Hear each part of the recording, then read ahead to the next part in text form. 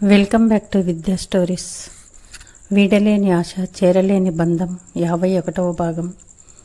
రాజేశ్వరి కారులో కూర్చున్న ఒక వ్యక్తి రాజేశ్వరి షాకులో నోరు తెరిచి ఉంటే అరుస్తుందేమో అని ఆమె నోరు నొక్కేశాడు. కారు డ్రైవింగ్ సీట్లోకి వెళ్ళి ఒకడు కూర్చున్నాడు. అక్కడ ఏం జరుగుతుందో రాజేశ్వరికి ఇంకా ఏమీ అర్థం కాలేదు. జై వస్తాడు, తనను కాపాడుతాడు అన్న కాన్ఫిడెంట్తో ఉంది. అయితే అప్పటికే అక్కడ జరుగుతున్న బీభత్సాన్ని చూసి అతనికి ఆ జనాన్ని తప్పించుకొని రాజీ దగ్గరికి రావటానికి చాలా సమయం పట్టింది. జయవర్ధన్కి సమయం మించిపోయింది. అప్పటికే అతడి కారు కనిపించలేదు, రాజేశ్వరి కనిపించలేదు. జై ఆశ్చర్యంగా చుట్టూ చూస్తున్నాడు. ఏమైంది? రాజేశ్వరి కంగారులో కారు డ్రైవింగ్ చేసుకుంటూ వెళ్ళిపోయిందా అనుకుంటూ చూస్తున్నాడు జయవర్ధన్. అక్కడ జరుగుతున్న మీటింగ్ స్టేజీ దగ్గర ఎవరో బాంబు పెట్టారన్న న్యూస్ రావటంతో ఒకరినొకరు తోసుకుంటూ తొక్కులాడుతూ పరుగులు పెడుతున్నారు. కొందరు గొడవ పడుతున్నారు, మీరే బాంబు పెట్టి ఉంటారు అంటూ కొట్టుకుంటున్నారు. పోలీసులు భయపెట్టడానికి గాల్లో కాల్పులు జరిపారు. అదే వారు చేసిన పొరపాటు. దూరంగా వెహికల్స్ ట్రాఫిక్ అయినవన్నీ ప్రజలు మరింత భయపడ్డారు. షాప్ షట్టర్లు మూస్తున్నారు. ఆ షట్టర్లలోకి కొందరు లోపలికి జొరబడి షాపు వాళ్ళను బెదిరిస్తున్నారు. ట్రాఫిక్ కార్లన్నీ హడావిడిగా వెళుతున్నాయి. జై ఫోను ఆ గందరగోళంలో ఎక్కడో పడిపోయింది. వెతుక్కునే అవకాశం లేదు. దానికోసం అక్కడ వెతికామంటే ఆ జనంలో వారి కాళ్ళ కింద పడి నలిగిపోవలసిందే. ఆ జనాల కాళ్ళ కింద పడి అది ఎప్పుడో ముక్కలైపోయి కూడా ఉంటుంది. డౌట్ లేదు. ప్రజలంతా ఎటు పడితే అటు పరిగెడుతున్నారు. ట్రాఫిక్ అయిన కార్లు డ్రైవింగ్ చేస్తూ వెళ్ళిపోతున్నారు. ఆ కారు కింద ఎవరు పడతారో తనకు అనవసరం. తాము సేఫ్గా ఇల్లు చేరాలి. అదే వారి కంగారు. పోలీసులు ఆ వెహికల్స్ని, ఆ జనాన్ని కంట్రోల్ చేయడానికి విశ్వ ప్రయత్నం చేస్తున్నా విఫలమవుతున్నారు. ఆ స్టేజీ దగ్గర ఏ సమయంలో బాంబు పేలుతుందోనన్న కంగారులో ఉరుకులు పరుగులు, ఏడుపులు. ఆ ప్రదేశం అంతా గందరగోళంగా, బీభత్సంగా ఉంది. తన కారు డ్రైవ్ చేయక తప్పలేదేమో. అలా రాజేశ్వరి కూడా. రాజేశ్వరి నాకు ఫోన్ చేసి ఉంటుందా? దూరంగా వెళ్ళాక ఫోన్ చేసినా తన దగ్గర ఫోన్ లేదు. ట్రాఫిక్ వాహనాల శబ్దంతో జయవర్ధన్ అక్కడి నుండి ఆ జనాలకి దూరంగా వెళ్ళి నిలుచొని చుట్టూ చూస్తూ ఆలోచిస్తున్నాడు. రాజీ ఫోన్ చేస్తే నేను లిఫ్ట్ చేయలేదని ఇంటికైనా ఫోన్ చేసి ఉంటుందేమో. ఒకసారి ఫోన్ చేసి తెలుసుకోవాలి. నేను ఇంటికి వచ్చానని నేను ఇంటికి బయలుదేరుతానని ఏమైనా అనుకుంటుందేమో. పెద్దమ్మ పెదనాన్నకైనా చేసి ఉంటుంది అని ఇంటికి కాల్ చేశాడు. అప్పుడే ముంబై నుండి ఫ్లైట్ దిగి ఇంటికి వచ్చిన రవీంద్ర హాల్లో ఉన్న ల్యాండ్లైన్ మోగుతుంటే ఎత్తి హలో అన్నాడు. రవి, రాజేశ్వరి కాల్ చేసిందా? కంగారుగా అడిగాడు జై. ఇక్కడికి ఎందుకు చేస్తుంది అన్నయ్య అడిగాడు. అది కాదురా అంటూ జరిగిన విషయం చెప్పాడు జై. అవునా? ఇప్పుడు నువ్వు ఎలా వస్తావు? ఎక్కడున్నావో కారు పంపించనా? వద్దు, నువ్వు రాజేశ్వరి ఫోన్కి కాల్ చేసి నేను మేఘనా రెస్టారెంట్ దగ్గర ఉన్నానని చెప్పు. రాజేశ్వరి ఎక్కడైనా దారిలో ఉంటే కారు అక్కడికి తీసుకొని వస్తుంది. ఇద్దరం కలిసి ఇంటికి వస్తామని చెప్పాడు జై. సరే, అలాగే చెప్తానని రవీంద్ర కాల్ కట్ చేసి రాజేశ్వరికి రవీంద్ర కాల్ చేయటం ప్రారంభించాడు. రాజేశ్వరి ఫోన్ రింగ్ అవుతోంది, కానీ లిఫ్ట్ చేయలేదు. జై వస్తున్నట్టు, అటు బాంబే వెళ్ళిన రవీంద్ర వస్తున్నట్లు తెలియటంతో అందరూ మెలకుగానే ఉన్నారు. కాకపోతే శ్వేత మర్ది ఎంగేజ్మెంట్కి వెళ్ళాలి తెల్లవారితే కనుక బట్టలు బ్యాగ్లో సర్దుకోవటానికి శారదా రాఘవరెడ్డి వారి గదిలోకి వెళ్ళారు. వీణ అక్కడికి వచ్చింది. అక్కడికి వస్తూనే రవిని చూసి, రవి ఇప్పుడే వస్తున్నావా అంటూ బెడ్రూమ్లో నుండి హాల్లోకి వచ్చింది వీణ. రవీంద్ర విషయం చెప్పటంతో వీణ మరింత కంగారు పడింది. రాజేశ్వరికి ఏమైందో? రాజేశ్వరి నుండి ఫోన్ వస్తుందని వెయిట్ చేస్తూ ఉన్నారు కొద్దిసేపు. తర్వాత రాజేశ్వరి ఇంటికి కాల్ చేశారు. రాజేశ్వరి వచ్చిందా అని. కానీ కృష్ణవేణి గారు ఫోన్ రింగ్ అవుతోంది కానీ లిఫ్ట్ చేయట్లేదు. రాఘవరెడ్డి శారద కూడా తెలిసిన వాళ్ళు కూడా వాళ్ళు కంగారు పడుతున్నారు. హాల్లోకి వచ్చారు. రాఘవరెడ్డి ఎవరికో కాల్ చేసి గొడవ జరిగిన ప్రదేశంలో అక్కడ పరిస్థితిని తెలుసుకున్నాడు. అటు లైవ్ న్యూస్ చూస్తున్నారు. హాల్లో ఉన్న టీవీలో రవీంద్ర రాజేశ్వరి వాళ్ళ అమ్మకు కాల్ చేస్తూనే ఉన్నాడు. మామూలుగా అయితే రాజేశ్వరి కాల్ అయినా చేసి ఉండాలి, లేదా ఇంటికి వచ్చి ఉండాలి. ఇంత సమయం ఎందుకు పట్టుతుంది? సమయం గడిచే కొద్దీ వీణలో కంగారు. అసలు ఏం జరుగుతోంది? రాజేశ్వరి కారు తను తీసుకెళ్తే కాలిపోయింది. సమయానికి ఆవిడ ఎవరో దేవతలా వచ్చి తనను కాపాడింది. లేకపోతే తను బూడిదైపోయేది ఈ పాటికి. వీణ వాష్రూమ్ కని బెడ్రూమ్లోకి వెళ్ళింది.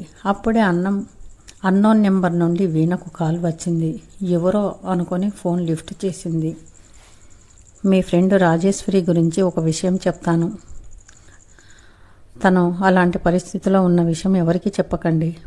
పెద్దవాళ్ళు కంగారు పడతారు. తన మీద ఎవరో ఇద్దరు దాడి చేసినట్లున్నారు. తను చూడకూడని విధంగా కారులో పడి ఉంది. యాక్సిడెంట్ చేసి కారు దిగి వెళ్ళిపోయారు అంటూ కొద్దిసేపు అతను చెప్పాడు. ఆ మాట చెప్పేసి ఫోన్ పెట్టేశారు. ఆ మాట వీణ షాక్ అయిపోయింది. రాజేశ్వరిని నన్ను టార్గెట్ చేస్తున్నది ఎవరు? అవన్నీ అనుకోకుండా జరుగుతున్నాయా? కావాలని జరుగుతున్నాయా? ఆ కిరణ్ హాస్పిటల్లో ఉండి కోమాలో ఉన్నట్లు హాస్పిటల్లో ఉండి ఎవరిని గుర్తుపట్టలేనట్లుగా నటిస్తూ ఇంకెవరి చేతైనా ఇదంతా చేయిస్తున్నాడా? లేక వాడే హాస్పిటల్ నుండి బయటకు వచ్చి చేస్తున్నాడా ఇదంతా? మా మీద పగ తీర్చుకుంటున్నాడా? వీణలో అనుమానం బలపడుతోంది. తన లాయర్ బుర్ర ఏవేవో ఆలోచనలు తడుతున్నాయి. ఇంతకీ ఎవరావిడ? ఎందుకు నన్ను కాపాడి మాయమైపోయింది? ఆవిడకు అన్నీ తెలిసినట్లున్నాయి. అంత పెద్ద హెల్ప్ చేసిన ఆవిడను నేను చెంపకేసి కొట్టాను. ఆవిడ అందుకు వెళ్ళిపోయింది అనుకుంది. కానీ ఆ పని చేయించిన వారు ఎవరో ఆవిడకు తెలుసు. ఆ విషయం ఆవిడని అడుగుతారని ఆవిడ వెళ్ళిపోయింది. వీణ తల పట్టుకొని కూర్చొని ఆలోచిస్తుంది. శ్వేత మరిది ఎంగేజ్మెంటు ఉందని రాఘవరెడ్డి పోలీసులతో మాట్లాడి రేపు వీణను తమ ఫ్యామిలీ ఫంక్షన్కి తీసుకెళ్తున్నామని, రేపు ఎలాంటి ఎంక్వైరీలు చేయటానికి వీలు లేదు, ఎల్లుండి వస్తామని రాఘవరెడ్డి ఇన్స్పెక్టర్ దగ్గర పర్మిషన్ తీసుకున్నాడు. రవీంద్ర, జయవర్ధన్ అందరూ ఎంగేజ్మెంట్కి వెళ్ళటానికి మార్నింగ్ ఫ్లైట్కు టికెట్లు బుక్ చేశారు. ఇప్పుడు రాజేశ్వరి జై కారులో వెళ్ళి ఇలాంటి పరిస్థితిలో ఉంది ఏంటి? శక్తి కూడా కాల్ చేయలేదు. తమ చుట్టూ ఏం జరుగుతోంది? ఇవన్నీ ఇలా సమస్యలన్నీ వదిలేసి ఇప్పుడు ఫంక్షన్కి వెళ్ళటం ముఖ్యం కాదు. ముందు రాజేశ్వరికి దగ్గరికి వెళ్ళాలి. ఏ హాస్పిటల్లో ఉంది? ఇప్పుడు వెళ్ళకపోతే పొద్దున అత్తయ్య వాళ్ళు కడపకి తీసుకెళ్తారు అని ఆలోచిస్తున్న వీణకు సడన్గా ఫోన్లో మాట్లాడిన గొంతు గుర్తు వచ్చింది. అవును, అది శక్తి గొంతులా ఉంది. ఏదో ఫోన్కు కర్చీపు అడ్డం పెట్టుకొని మాట్లాడినట్లుగా తెలుస్తోంది. తను ఒక లాయర్, ఆ మాత్రం పట్టగలదు. కన్ఫర్మ్ చేసుకొని నేను కరెక్ట్ లేదు. అతను కర్చీపు అడ్డు పెట్టుకొని ఫోన్ చేశాడు. నేను అది గమనించలేదు కంగారులో అనుకుంటూ మళ్ళీ రిటర్న్ కాల్ చేసింది. 2 సార్లు ఓపికగా ఫోన్ చేసింది. 3వసారి విసుగ్గా చేసింది. అప్పుడు ఫోన్ లిఫ్ట్ చేశారు. హలో, మీరెవరు? ఇందాక రాజేశ్వరి గురించి చెప్పారు, క్లారిటీగా చెప్పండి అడిగింది. సారీ, మీకు విషయం తెలియచేశాను. మిగతా విషయాల్లో మీరే తెలుసుకోండి. తను హాస్పిటల్లో రాజేశ్వరి వాళ్ళ అమ్మ ఉంది అని మళ్ళీ ఫోన్ పెట్టేయబోయాడు. శక్తి, ఆగు. నువ్వు శక్తి అని నాకు తెలుసు. మర్యాదగా ఎందుకు దాక్కుంటున్నావో చెప్పు అడుగుతున్నప్పుడే ఫోన్ కట్ చేశారు. వీణ మళ్ళీ అదే నెంబర్కు కాల్ చేసింది కోపంగా. శక్తి, ఎందుకు దాక్కుంటున్నావు? ఇలా చేస్తే పోలీసులను పంపించి నిన్ను అరెస్ట్ చేస్తాను. మర్యాదగా చెప్పు, నువ్వు శక్తివే అని నేను గుర్తుపట్టాను. ఎందుకు దాక్కుంటున్నావు? ఏం జరిగింది? అక్కడ ఏదో హత్య జరిగింది, దానికి నీకు సంబంధం లేదు కదా? కటుగా అడుగుతోంది. వకీల్ మేడం, శక్తి మాట పూర్తి కాలేదు. ఆ వకీల్ మేడం అనడంలోనే అర్థమైంది. బుద్ధుందా? ఎక్కడికి వెళ్ళావు? నేను ఎంత కంగారు పడ్డాను. నేను ఎలాంటి సిచ్యువేషన్లో ఉన్నానో నీకు తెలుసు. అయినా ఒక ఫోన్ అయినా చేశావా ఎలా ఉన్నానని? ఆవిడ ఎవరో నన్ను కాపాడకపోయి ఉంటే నేను ఈ పాటికి ఏమైపోయేదాన్ని. అసలు అక్కడి నుండి ఎక్కడికి వెళ్ళిపోయావు? నీ ఫోన్ కోసం ఎంత వెయిట్ చేస్తున్నానో తెలుసా? అక్కడ జరిగిన హత్యకు నీకు ఎలాంటి సంబంధం లేదు కదా. ఈ ఫోన్ నెంబర్ ఎవరిది? నీ ఫోన్ ఏమైంది? రాజేశ్వరి నీతో కాల్ చేయించిందా? అన్ని టెన్షన్లు భరించలేక, ఆవేశాన్ని అంచుకోలేక మీద మీద ప్రశ్నలు వేసేసి కేకలేస్తోంది. వకీల్ మేడం, అన్నీ తర్వాత చెప్తాను మీ ప్రశ్నలన్నిటికీ. ప్రస్తుతం నా గురించి ఎవరికి చెప్పకండి. రాజేశ్వరి మేడం మీద దాడి జరిగిన విషయం, అలాంటి పరిస్థితిలో ఉన్నది కూడా ఎవరికీ చెప్పకండి. ఆడపిల్ల కదా, మీరు కోర్టులో నా కేసు వాదించవలసి వస్తుంది. కానీ కొద్ది రోజులు ఆగాలి.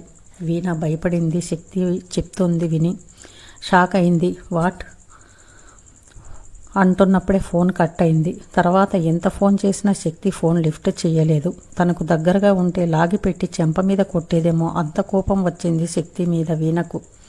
ఏది పూర్తిగా చెప్పడు కదా, విసుక్కుంది. ఇంతలో రవీంద్రకు కాల్ వచ్చింది. రాజేశ్వరి సేఫ్గా ఉందట. అక్కడ జరుగుతున్న గందరగోళానికి హడావిడిగా కారు డ్రైవ్ చేయటంలో చిన్నగా ఏదో యాక్సిడెంట్ అయ్యిందట. కొద్దిగా తలకు చేతికి గాయం అయ్యిందట. తనకు ఇంజెక్షన్ ఇవ్వటంతో మత్తులో ఉందట. గాయాలకు బ్యాండేజ్ వేసి వెంటనే ఇంటికి తీసుకెళ్లమన్నారట అని రాజేశ్వరి వాళ్ళమ్మ ఫోన్ చేసిందని రవీంద్ర చెప్పాడు. అమ్మయ్య అని అందరూ రిలీఫ్గా ఫీల్ అయ్యారు. అదే విషయం రవీంద్ర జైకి కాల్ చేసి చెప్పాడు. కాల్ కట్ చేసి మేఘన రెస్టారెంట్ వారి కారులో వస్తాడట. రాజేశ్వరి ఇంటికి వెళ్ళి చూసి తర్వాత ఇంటికి వస్తాడట. తన కోసం వెయిట్ చేయకుండా అందరినీ పడుకోమని చెప్పాడు. అన్నయ్య ఈ విషయం అందరికీ చెప్పమని అన్నాడు. అందరికీ వినిపిస్తూనే ఉంది. సరే అందరూ వెళ్ళి పడుకోండి, ఉదయమే ప్రయాణం అవ్వాలి అని రాఘవరెడ్డి, శారద, రవీంద్ర వీణకు చెప్పటంతో అవును నేను టైర్డ్గా ఉన్నాను అని వారి ముందే రవీంద్ర మేడమెట్లెక్కుతున్నాడు. శారదతో వెళ్తూ ఉన్న వీణకు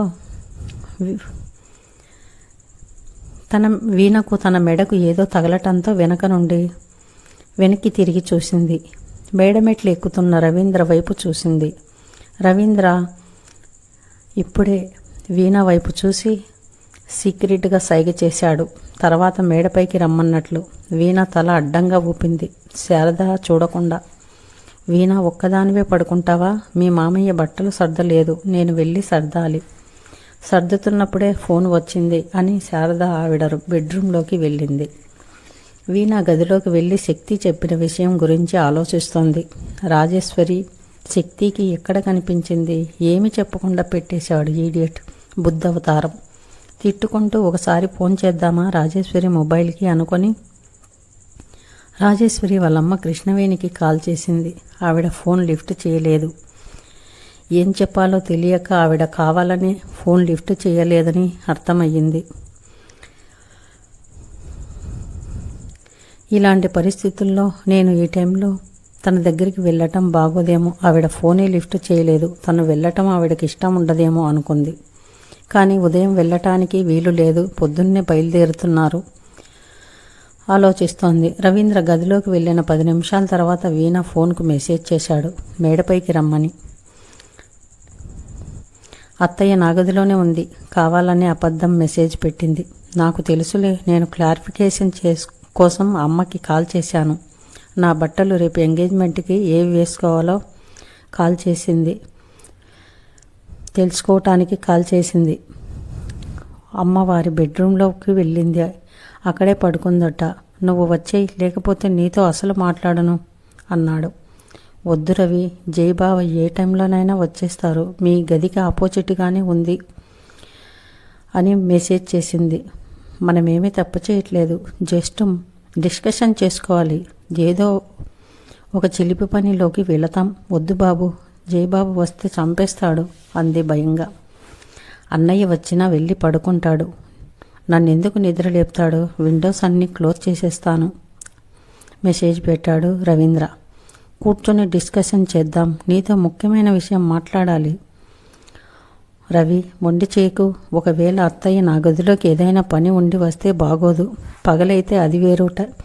ఈ నైట్ టైంలో నేను కనిపించకపోతే బాగోదు. వీణకు రాజేశ్వరి పరిస్థితి బాధగా ఉంది. తప్పించుకోవటానికి నువ్వేమైనా అనుకో. నేను రాను బాబు, పైగా నాకు నిద్ర వస్తుంది. గుడ్ నైట్ చెప్పి ఫోన్ ఆఫ్ చేస్తున్నప్పుడు, నువ్వు రాకపోతే నేను నీ బెడ్రూమ్కి వస్తాను, ఆలోచించు. అటువైపు రవీంద్ర మెసేజ్ చేశాడు. వీణ ఫోన్ ఆఫ్ చేసింది. జైబావ పెళ్ళి జరగనివ్వకుండా చేస్తానని నాతో ఛాలెంజ్ చేశారు. అందుకే వీణకు భయంగా ఉంది. రవి, ఇప్పుడు మనం తొందరపడితే నీకు పోయేదేమీ లేదు. నేనే ఆడపిల్లను అని అనుకుంటున్నప్పుడు వీణకు 2 రోజుల ముందు తన పరిస్థితి కిరణ్ గుర్తుకు వచ్చారు. అవును, ముందుగా నేను హాస్పిటల్కి వెళ్ళి చెక్ చేసుకోవాలి. నిన్ను పెళ్లి చేసుకుని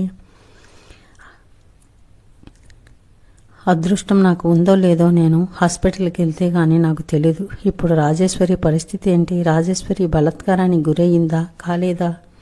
శక్తికి కూడా అనుమానంగా ఉందని చెప్పారు.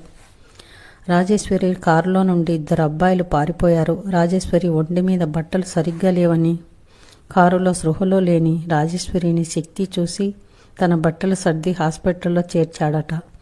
అంతవరకే చెప్పాడు, పూర్తిగా క్లారిటీగా చెప్పలేదు. వీణ ఆలోచిస్తున్నప్పుడు డోర్ తీసుకుని రవి రావటం చూసి ఉలికిపాటుగా లేచి కూర్చుంది. నీతో ముఖ్యమైన విషయం డిస్కషన్ చేయాలని చెప్పానా? నువ్వు రాకపోతే నేనే వచ్చాను అంటూ లోపలికి వచ్చాడు. ఇంకా ఉంది, నెక్స్ట్ ఎపిసోడ్లో తెలుసుకుందాం. Welcome back to Vidya stories. వీడలేని ఆశ చేరలేని బంధం 52వ భాగం. రవీంద్ర గదిలోకి రావడంతో వీణ ఆలోచనగా తిరిగి చూసి ఉలిక్కిపడింది. భయపడకు, నీతో ఒక విషయం డిస్కషన్ చేయాలని ఫౌండేషన్లోనే చెప్పాను కదా అంటూ లోపలికి వచ్చాడు. రేపు ఫంక్షన్కి వెళ్తున్నాం కదా, అక్కడ మాట్లాడుకోవటానికి చాలా టైం ఉంటుంది రవి. అందరూ ఫంక్షన్ హడావిడిలో ఉంటారు, అప్పుడు చాలాసేపు మాట్లాడుకోవచ్చు. ఇప్పుడు వెళ్ళిపో అంటుంది. నిన్న ఫౌండేషన్లో ఆఫీసులో నీతో మాట్లాడాలని చెప్పి అలా బయటికి వెళ్ళి వచ్చేసరికి నిద్రపోయావు, కాస్త సీరియస్గా చెప్పాడు రవి. స్టమక్ పెయిన్ ట్యాబ్లెట్ వేసుకున్నాను. ఆ ట్యాబ్లెట్ ప్రభావంతో స్పృహ లేకుండా నిద్ర వచ్చేసింది. ఈవినింగ్ మాట్లాడొచ్చు కదా, నీకోసం వెయిట్ చేశాను అంది. నిజంగా నాకు చాలా కోపం వచ్చేసింది వీణ. తర్వాత ఫౌండేషన్కి కొంతమంది విఐపీలు వచ్చారు మ్యాచ్ చూడ్డానికి. అలాగే మీటింగ్ కూడా ఉండింది వాళ్ళతో. ఆ తర్వాత వారితో ఫౌండేషన్ మీటింగ్లో ఉండిపోయాను. ఆ నైట్ బాంబేకి వెళ్ళవలసిన పని పడింది చెప్పాడు రవి. ఇంతకీ ఆ సంఘటన ఎలా జరిగింది? ఎందుకు అక్కడికి వెళ్ళావు? రవీంద్ర అడగటంతో శక్తి పేరు చెప్పకుండా అక్కడికి వెళ్ళవలసింది అవసరమేమిటో జరిగిందేమిటో చెప్పింది. ఈ పని ఎవరు చేసి ఉంటారంటావు? ఆలోచనగా అడిగాడు రవి. ఏమో, ఎంక్వైరీ చేస్తున్నారు, తెలుస్తుంది రేపటికి అని చెప్పారు ఇన్స్పెక్టరు. నీకెవరి మీదైనా అనుమానంగా ఉందా? లేక ఆ కారు రాజేశ్వరిది అని తెలుసుకొని రాజేశ్వరి శత్రువుల పని ఉంటుందా? తనకి కాల్ చేసి అడగకపోయావా అన్నాడు. తెలుసుగా, తను జైబావతో ప్రీ వెడ్డింగ్ షూట్కి వెళ్ళింది. ఎలా డిస్టర్బ్ చేయను? జైబావకు రాజేశ్వరికి ఈ విషయం ఇంతవరకు తెలియదు. ఈ సంఘటన గురించి ఆంటీనే చెప్పారు తనకి ఈ విషయం చెప్పవద్దు హ్యాపీగా ఉన్న టైంలో అని. కానీ వారికి ఎవరు శత్రువులు లేరట అని చెప్పింది. అయితే నీకెవరైనా ఉన్నారా? నాకెవరుంటారు? నువ్వు లాయరు కదా, నీకు శత్రువులు ఉండవచ్చు. నేను సీనియర్ని కాదు, జూనియర్ని రవి. నాకు శత్రువులు ఎవరుంటారు? రవి ఆలోచనలో పడ్డాడు. రవి ప్రశ్నకు కిరణ్ గురించి చెప్పాలనుకొని కరెక్ట్ టైం కాదు ఇది అని సైలెంట్గా, మా అందరి డౌట్ ఒకటింది, భైరవి ఉండొచ్చేమో అని అత్తయ్య అంటున్నారు. ఇంకా కన్ఫర్మ్ చేసుకోలేదనుకో. ముందు ఇన్స్పెక్టర్ ఏం చెప్తాడో తెలుసుకున్న తర్వాత ఆలోచిద్దాంలే అన్నారు మామయ్య. సరే కానీ అది వదిలే, ముందు ఇది చెప్పు, నువ్వేదో మాట్లాడాలన్నావు అడిగింది వీణ. రవీంద్ర ఒక నిమిషం వీణ వైపు చూసి ఏమనిపించిందో అతనికి. వీణకు మరింత దగ్గరగా వచ్చి రవీంద్ర అనుకోని విధంగా సడన్గా గట్టిగా హక్ చేసుకున్నాడు. మామూలుగా అయితే వీణ కూడా రవిని హక్ చేసుకునేది. ముందు రోజు తనకు జరిగిన సస్పెన్స్ క్రైమ్ గురించి తెలుసుకోవాలి.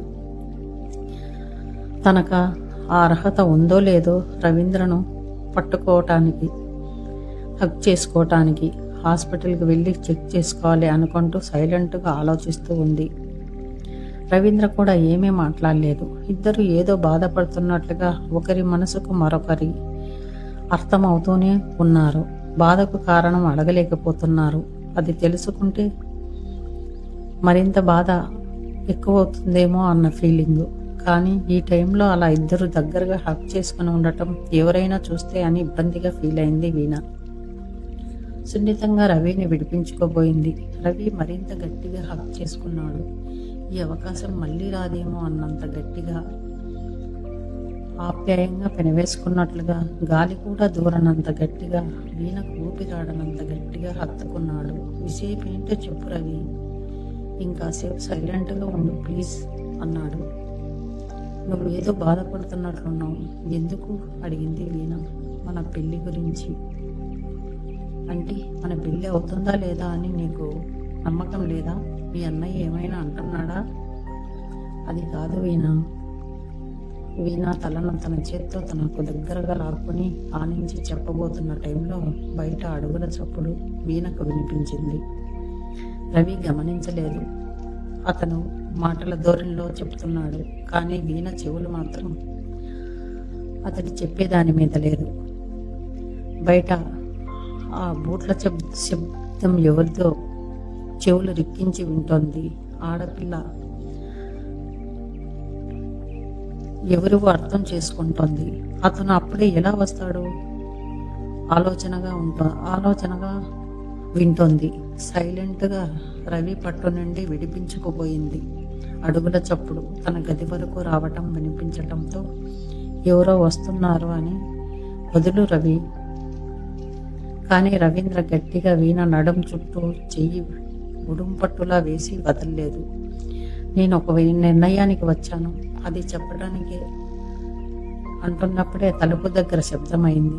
వీణ డోర్ వైపు చూసింది. గడియ వేయలేదు. రవి అది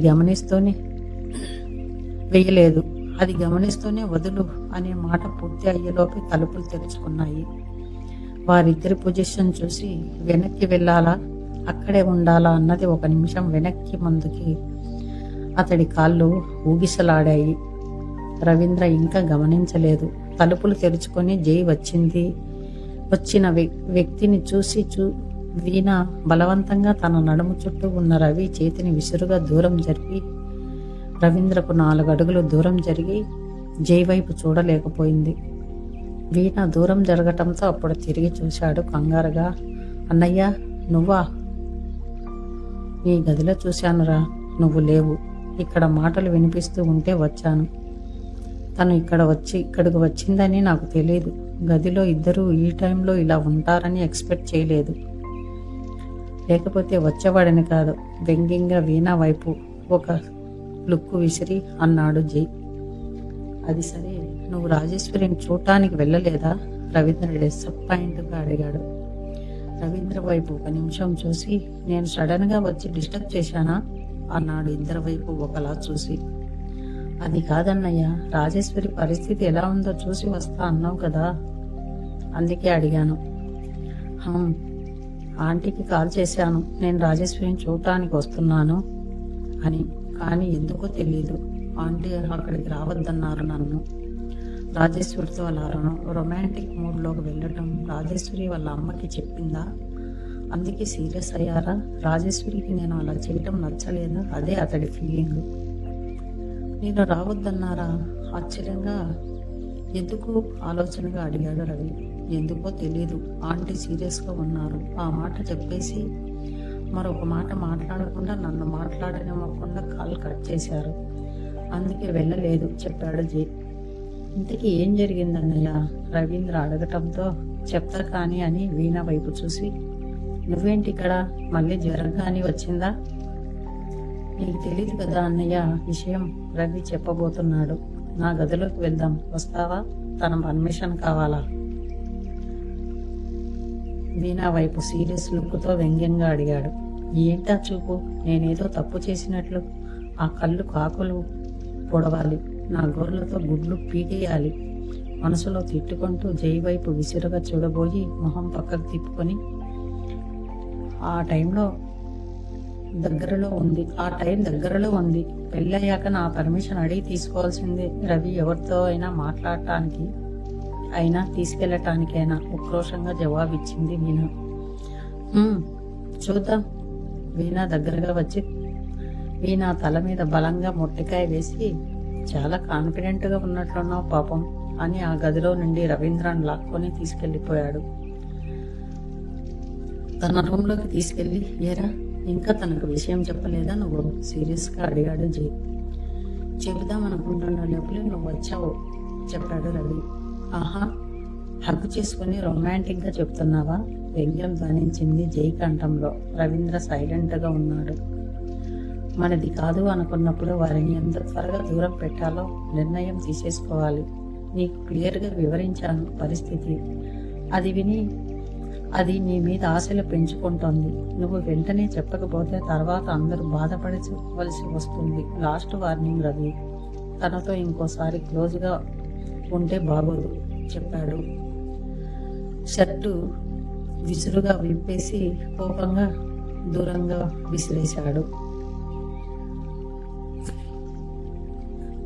అది చూసిన రవీంద్ర కాస్త భయంతో, ఫంక్షన్కి వెళ్తున్నాం కదా, అక్కడ చెప్తానులే అన్నయ్య, కాస్త ఎవరూ లేని చోటుకు తీసుకెళ్ళి చెప్పాడు రవీంద్ర. ఇప్పుడు నేను చూసిన రొమాంటిక్తో మాత్రం చెప్పకు, సీరియస్గా చెప్పు. నిన్ను మళ్ళీ రిక్వెస్ట్ చేసి తన దారికి తెచ్చుకోవాలని కన్విన్స్ చేస్తుంది. నువ్వేమీ వినకు, అర్థమైందా? జై వైపు చూడకుండా తల వంచుకొని అర్థమైంది అన్నట్లు రవీంద్ర తల ఊపాడు. ఆ తర్వాత మరో టాపిక్లోకి వెళ్ళిపోయారు జై, రవీంద్ర ఇద్దరు. వీణా గదిలో పెదాలను మునిపంటితో కొరుక్కుంటూ, జై నన్ను ఎంత అవమానిస్తూ ఉంటావో నేను అంతే బలంగా రవీంద్రను పెళ్లి చేసుకోవటానికి సిద్ధంగా ఉంటాను. వీలైతే నీ మీద గెలవటానికైనా సినిమా ట్రిక్ ప్రయోగిస్తాను అని బలంగా ఛాలెంజ్ చేసుకుంది వీణా మనసులో. రాజేశ్వరి గురించి ఆలోచిస్తూ ఫోన్ సైలెన్స్లో పెట్టి పడుకుంది. శక్తి మాటలకు అర్థమేంటి? మీరు నా కేసు వాదించవలసి వస్తుంది వకీల్ మేడం అన్నాడు. ఏం చేశాడు? పంపదీసి ఆ ఫ్లాట్లో జరిగిన హత్యకి శక్తి అయితే చేయలేదు కదా, ఇదంతా నా తల మీదకి తెచ్చి పెట్టాడు కదా అని ఆలోచిస్తున్న టైంలో శారద వచ్చింది. రేపు ఫంక్షన్కి తీసుకువెళ్ళవలసినవి బ్యాగ్లో పెట్టాను. స్నానం చేసి ముందుగా ఈ శారీ కట్టుకో. అక్కడికి వెళ్ళాక పట్టు చీర కట్టుకుందువు. జర్నీలో చీర నలుగుతుందేమో, అందుకే బార్డర్ లేని సింపుల్ ఫ్యాన్సీ శారీ కట్టుకొని ఈ నగలు పెట్టుకో అని ఒక డైమండ్ నెక్లెస్ సెట్ ఉన్న బాక్స్ తెచ్చి పెట్టింది. వెళ్ళేటప్పుడు డ్రెస్ వేసుకుంటానులే అత్త, శారీ వద్దులే, మౌనితో ఇంటి నుండి తెప్పించుకున్నాను చెప్పింది వీణ. నీ మొహం, ఫంక్షన్కి వెళ్ళేటప్పుడైనా సాంప్రదాయంగా శారీ కట్టుకోవాలి. వెళ్తూనే బంధువులంతా ఉంటారు కదా, ఎప్పుడు డ్రెస్సులేనా? ఒక డ్రెస్ పెట్టుకో. దుర్గమ్మ పిన్ని దగ్గరకు వెళ్ళి రావాలి. తను కింద పడిందట, నడవలేకుండా ఉందట. ఎలాగో కడప నుండి నాయుడుపల్లి 1 గంట ప్రయాణం ఆ ఊరు వెళ్ళటానికి. అవునా, ఎలా పడిందట ముసలి? ఒకరు అడిగింది వీణ. ఒకరు పని చేస్తే తనకు నచ్చదు కదా, ఏదో హడావిడిలో తను చేసుకోబోయింది, జారి పడిందట. పెద్ద ప్రమాదం అయితే ఏం లేదు, కొద్ది రోజులు రెస్ట్ తీసుకోమన్నారట డాక్టరు, చెప్పింది శారద. మళ్ళీ నైట్కి వచ్చేస్తున్నాం కదా అత్త అడిగింది. నైట్ అక్కడే ఉండి మరుసటి రోజు వచ్చేస్తున్నాము. ఫంక్షన్ చూసుకొని వెళ్ళేసరికి 5 గంటలు అవుతుంది. అప్పుడే వెళ్ళి అప్పుడే వచ్చేస్తామంటే అస్సలు ఊరుకోదు దుర్గమ్మ, అలుగుతుంది. మరి ఎలా అత్తయ్య? ఎల్లుండి మధ్యాహ్నం 3 గంటలకి నాకు కేసు హియరింగ్ ఉంది, కోర్టుకు వెళ్ళాలి. ఫంక్షన్ చూసుకొని రావటమే అనుకున్నాను. పోనీ మీరు పల్లెకు వెళ్ళండి, నేను ఫంక్షన్ నుండి ఇట్లనే వచ్చేస్తాను. తర్వాత ఆ ముసలిని చూడటానికి ఏదో ఒక రోజు వెళ్తాను, చెప్పింది వీణ. కోర్టుకు వెళ్ళేది మధ్యాహ్నం అంటున్నావు కదా, ఆ టైంకంతా వచ్చేస్తాం లేవే. మార్నింగ్ 10-11 గంటలకంతా ఇక్కడ ఉంటాము, శారద చెప్పటంతో సరే అంది. ఆలోచనలో పడిపోయింది. ఎల్లుట్టి కేసు గురించి ఆలోచిస్తూ ఉంది. సీనియర్ న్యూస్ చూసి కూడా ఉంటాడు. తనకు జరిగినది తను ఒక ఫోన్ అయినా చేయలేదు. ఏంటో ఈయన గారు కేసు గురించి తప్ప మరొక విషయం మాట్లాడడు. పర్సనల్ టాపిక్స్ ఎవరికేం జరిగినా సరే ఎప్పుడెప్పుడు సీనియర్ను కలవాలా, నా ఇయర్ రింగ్ ఎక్కడ దొరికిందో సీనియర్ను అడిగి తెలుసుకోవాలి. చాలా సస్పెన్స్లు అన్నీ పెండింగ్లో ఉన్నాయి. వర్క్ కూడా పెండింగ్లో ఉంది అని ఆలోచిస్తోంది.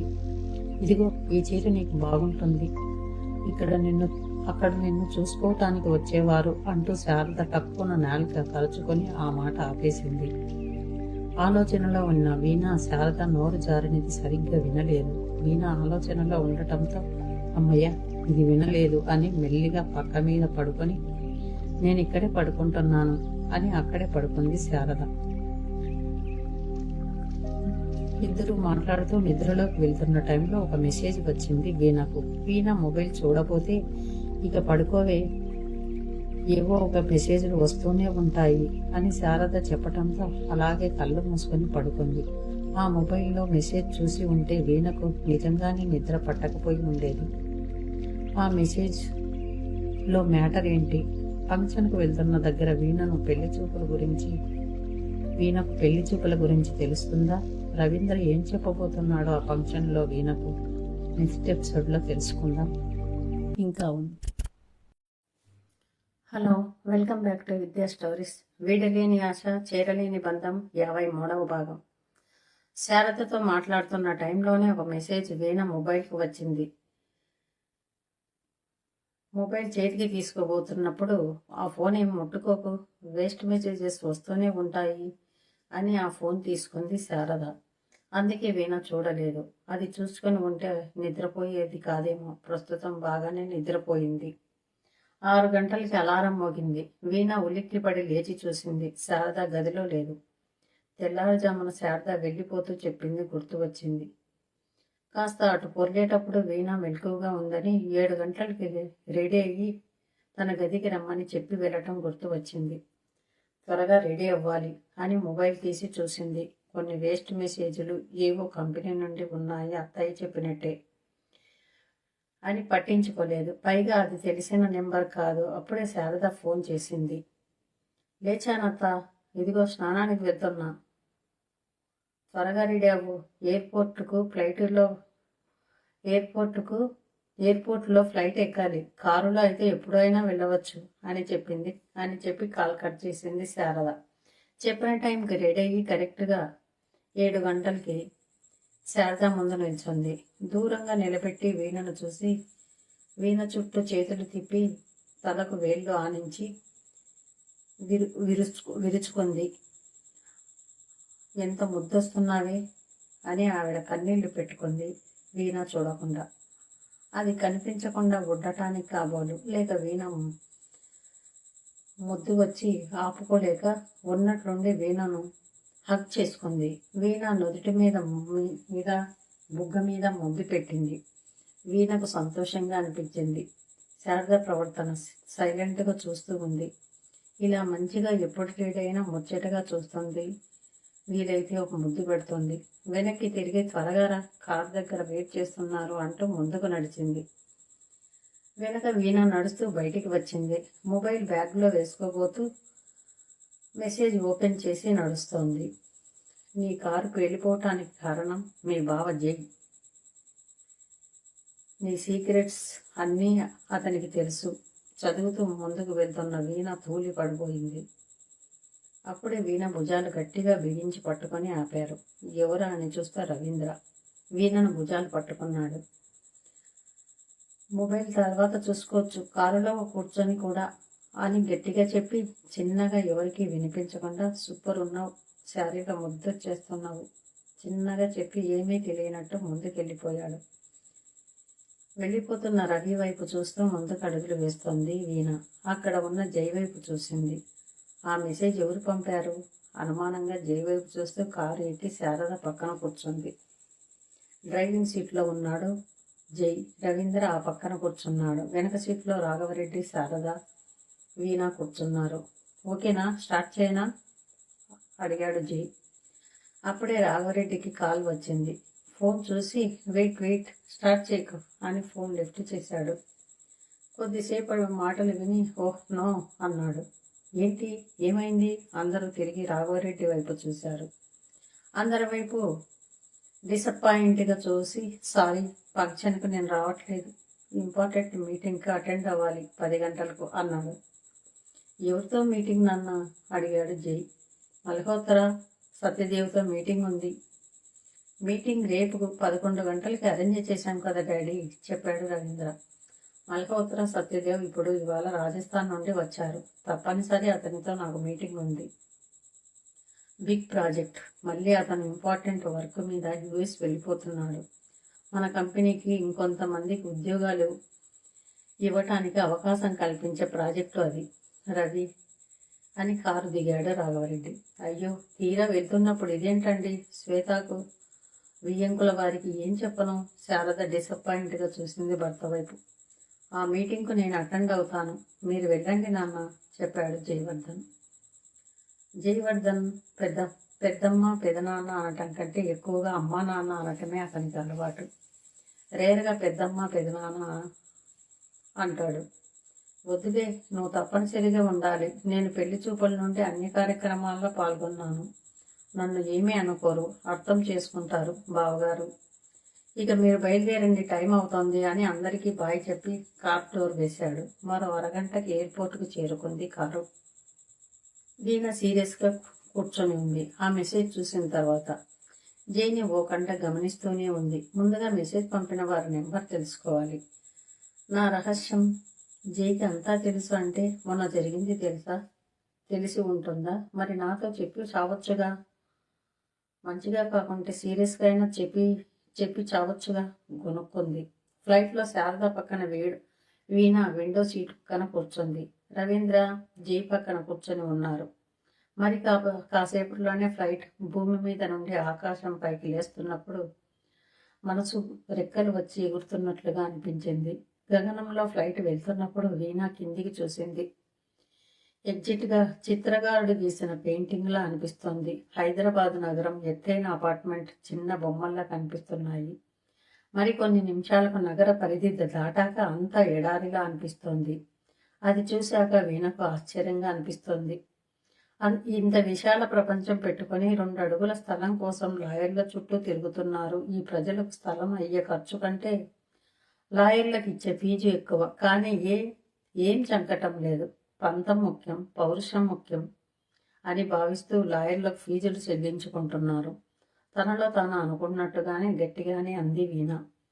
శారద నవ్వి, ఎవరి సామ్రాజ్యాలైనా వారి నగర పరిధిలోనే భూమి కోసం యుద్ధాలు చేసేది అని ఆవిడ కూడా ఏదో విషాద నీడలతో చెప్పింది. తోటి ప్రయాణికులను చూసింది వీణ. మొదటిసారి ఫ్లైట్ ఎక్కిన కొంతమంది ముఖాల్లో అప్పటి వరకు ఉన్న భయాందోళన చాలా వరకు తగ్గిపోతూ ఉండటం గమనించింది. రవి వైపు చూసింది. జై ఏదో ఆలోచనగా ఉండటంతో జై చెయ్యి మీద తన చెయ్యి వేసి, ఏంటి డల్గా ఉన్నావు? జాలిగా జై వైపు చూస్తూ అడిగాడు రవి. ఏం లేదురా, బానే ఉన్నాను అంటూ సర్దుకొని కూర్చున్నాడు జై. ఇంకెవరో అమ్మాయి అయితే తను చాలా ఆనందపడేదేమో. వీణ జైకి జరిగిన ఇన్సల్ట్కు తను బాగా ఎగిరి గంతులు వేసేది. కానీ అక్కడ తన ఫ్రెండ్ ఉన్నది. ప్రతిసారి మొబైల్ వైపు చూస్తున్నాం, రాజేశ్వరి నుండి మెసేజ్ కానీ ఫోన్ కానీ వస్తుందేమోనని వెయిట్ చేస్తున్నావు కదా అని అడిగాడు రవి. ఆ ఫోన్ జై ముందు రోజు అతడి పర్సనల్ ఫోన్ పోయింది. అతడి ఆఫీస్ ఫోన్ ఇంట్లో పెట్టి షూట్కి వెళ్ళాడు. ఇప్పుడు అది అతడి చేతిలో ఉంది. జై పలకలేదు. తనని ఒకసారి చూసి ప్రయాణమై ఉంటే బాగుండేదేమో అని. నువ్వు చాలా ఆలోచిస్తున్నావు కదా అని అడిగాడు రవి. పెళ్లి చేసుకోబోయే వాళ్ళం, ఇద్దరం కలిసి వెళ్ళాము. అనుకోకుండా ఒక ఇన్సిడెంట్ జరిగింది. తన ముందే కారులో వెళ్ళింది. తన ఫోన్ చేస్తే నా ఫోన్ పోయింది. అన్ఎక్స్పెక్టెడ్గా ఫోన్ కాంటాక్ట్ చేయటానికి కూడా లేకుండా పోయింది. తనకి యాక్సిడెంట్ అయితే ఇట్స్ మై రెస్పాన్సిబిలిటీ. చూడ్డానికి వెళ్తానంటే అలా ఎలా నన్ను అక్కడికి రావద్దని చెప్పింది ఆ కృష్ణవేణి ఆంటీ. నేను ఎప్పుడైనా మాట్లాడినా వాళ్ళ ఇంటికి వెళ్ళినా ఎంత హ్యాపీగా ఫీల్ అయ్యేవాళ్ళు, ఎంత ఎగ్జైట్గా ఆహ్వానిస్తుంది. అలాంటిది ఇలా చెప్పడం ఏంటి? ఏమీ అర్థం కావట్లేదు వాళ్ళ వాలకం. అంటున్నాడు జై. రాజేశ్వరికి తెలుసు కదా ఈ ప్రయాణం గురించి? అడిగాడు రవి.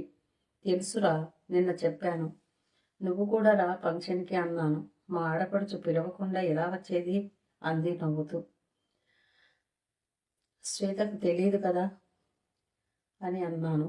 చాలా ఎంజాయ్ చేసిందిరా పెళ్లి విషయం చెప్పాక. అలాంటిది ఇప్పుడు ఎందుకు ఇలా ఉన్నారు? తనైనా ఫోన్ చేసి ఉండొచ్చు కదా, ఒక మెసేజ్ అయినా చేస్తుందని నైట్ అంతా మెలకువగా ఉన్నాను. తనకు ఎలా ఉందో, ఎందుకు చూడ్డానికి రావద్దన్నారు అని.